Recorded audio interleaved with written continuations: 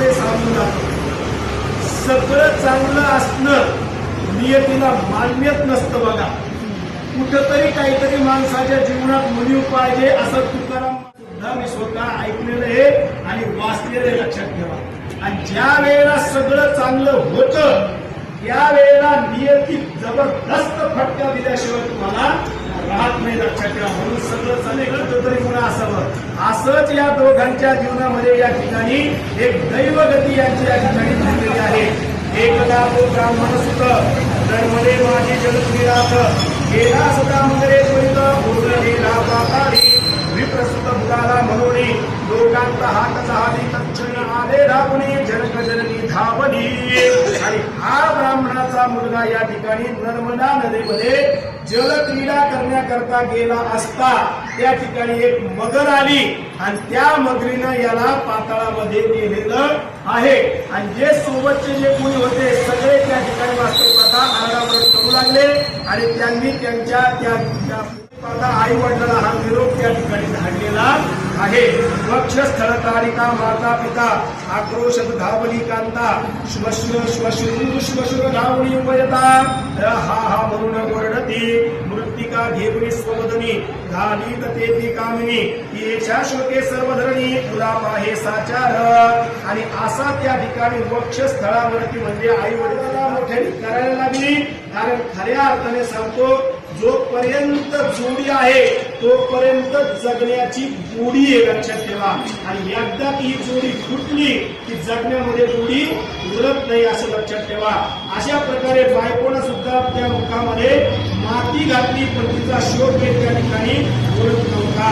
म्हणे हा काही धरलेला कैसे प्राण देऊ आता कोठे कांता देदासी.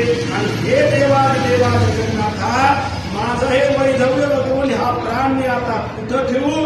आणि खरंच ज्याच्यावरती वेळ येते ना त्याच वेळेला समजतं. मी तर स्पष्ट बोलतो करूये पण पोटचे सुद्धा आपले नसतात, लक्षात ठेवा. जिच्या सोबत ज्याच्या सोबत आपण सुख दुःख भोगलं ज्या वेळेला तो सोडून जातो त्यावेळेला खरं दुःख त्याच व्यक्तीनं होतं. जर बघितलं दुःख तिला आहे जाता जाता तुम्हाला शास्त्र सांगूनच जातो. आता मनात ठेवतच नाही, लक्षात ठेवा याही गोष्टीच. यथा काष्ठंच काष्ठंच तथा याताम महोदधौ समेत्यच व्यपे याताम तद्वत भूत समागमः. शास्त्र काय सांगतं तुम्हाला. एक समुद्राची लाट असते किंवा नदीची लाट असते म्हणा आणि त्या नदीतून लाकडं एकत्रित येतात आणि त्या लाटेमुळे आलेले दोन लाकडं एकत्रित चालतात.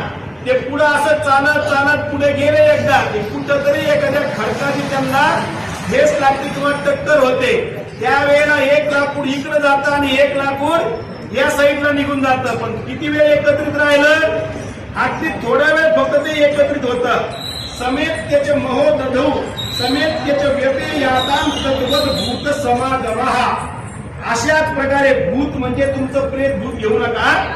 भूता परस्परे जडो मैत्र जीवांचे. भूत म्हणजे जीव म्हटलेलं आहे खऱ्या अर्थाने. तुम्ही ते वेगळा अर्थ त्याचा करू नका. भूत म्हणजे हा जीव आहे.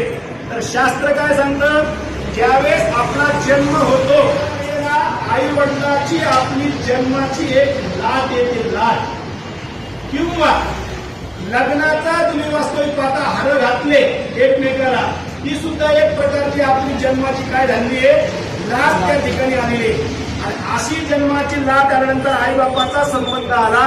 नव्हे बऱ्याच जणांचा संबंध आपल्या आयुष्यामध्ये येत असतो. आता याच्यामध्ये तुमचा माझा सुद्धा काहीतरी मागच्या जन्मीचा ऋणानुसंबंध असावा म्हणूनच नाही आज तिचं मंदिर आहे असं विष्णू भगवान या ठिकाणी लक्ष्मीला सांगतात. यालाच म्हणतात नराचं नारायण होणे. आणि हा जन्म मी तुम्हाला त्याच्यामुळेच म्हणतो की 84 लाख एवढी जन्मापैकी खरोखर आपण पुण्यवान आहोत भाग्यवान आहोत.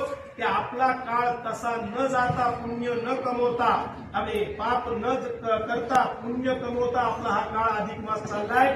यामुळे आपण काय आहोत भाग्यवान आहोत, लक्षात ठेवा.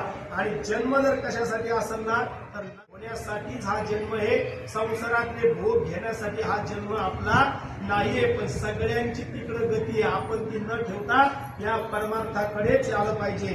हा केवळ अधिक मासीच्या एकंतरोपवास व्रताचा प्रभा असे पैसाच्या ही भगवाच्या सत्यदान आणि भगवान लक्ष्मीला म्हणतात. हा सगळा प्रभाव कशाचा होता? तिला उपवास केल्याचा प्रभाव पुण्य तिला मिळालं, त्यामुळे तिला देव होता आलं. मानवाची त्या ठिकाणी देव त्या ठिकाणी झालेली आहे.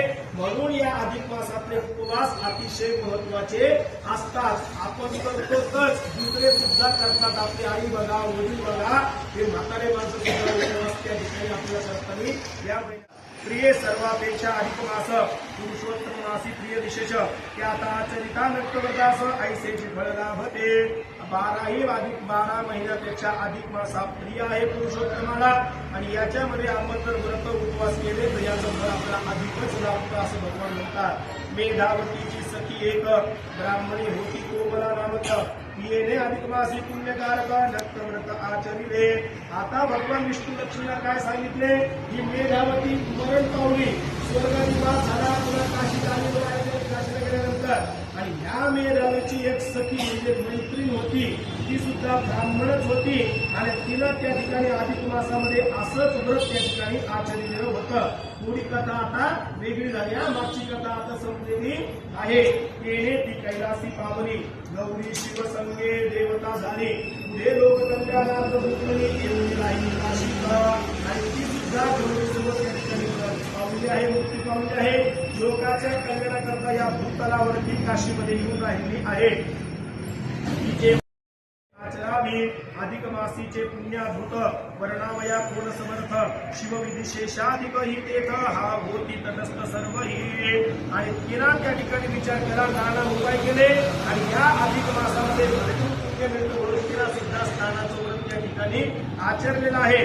आणि ह्या अधिक मासामध्ये वास्तविक पाहता शिव सुद्धा याचं विधाता ब्रह्मदेव सुद्धा वर्णन करू शकत नाही. इतकं मोठं पुण्य अधिक मासामध्ये आपल्याला मिळत असतं म्हणून भगवान सांगतात. हे सिंधुकरे पद्मालये आता फार काय सांगू ये अधिक मास सर्वात हरा आहे ऐसे निश्चय तू. आणि हे लक्ष्मी, हे पद्मालये, मी काय सांगू आता? या अधिक मासामध्ये थोडं जरी केलं तर भरपूर या ठिकाणी पुण्य मिळतं. असा अधिक मास महत्वाचा आहे. हे ऐकून चिरोद दुहिता म्हणे हे प्रभू श्री भगवान अंतरोपवास कथा मदतत्वता कथित. आणि हे भगवंता या ठिकाणी तुम्ही मला आता या ठिकाणी जसं तुम्ही आता एकंतरोपवास या ठिकाणी उपवास केल्याचं फळ कळलं का तुम्हाला? असं तुला तुम्ही सुद्धा काय वेगळी मला तुम्ही फार छान कथा सांगितली. मला खूप या ठिकाणी आनंद झालेला आहे. आता अधिक मासी केवळ विप्रसेवेचे फळ काय आणि ते कवळाधरे निर्मळ हे मन सगळं सांगितले. आणि भगवंता लक्ष्मी म्हणते या अधिक मासामध्ये मला ब्राह्मण सेवेचं फळ काय ते मला या ठिकाणी सांगा. आणि ब्राह्मणाची सेवा केल्याने आम्हाला काय फळ मिळतं, त्याचा काय लाभ होतो आता आपल्याला ऐकायचं आहे.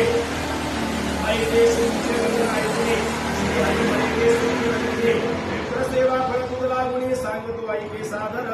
मी ब्राह्मणाच्या सेवेचं फळ काय ते मी तुला या ठिकाणी आता सांगत आहे. भरत खंडी